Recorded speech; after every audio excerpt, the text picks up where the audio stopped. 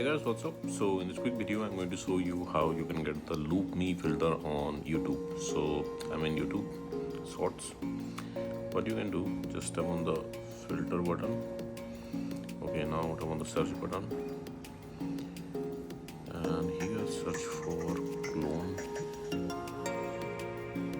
Okay, the first one, clone drop. Okay, you got the filter. Okay, so this is the effect, guys. So like this you can use this, tap on the record button to record. So that's it, guys. Likewise you can get this effect on YouTube. So thanks for watching the video, guys. See you on the next video.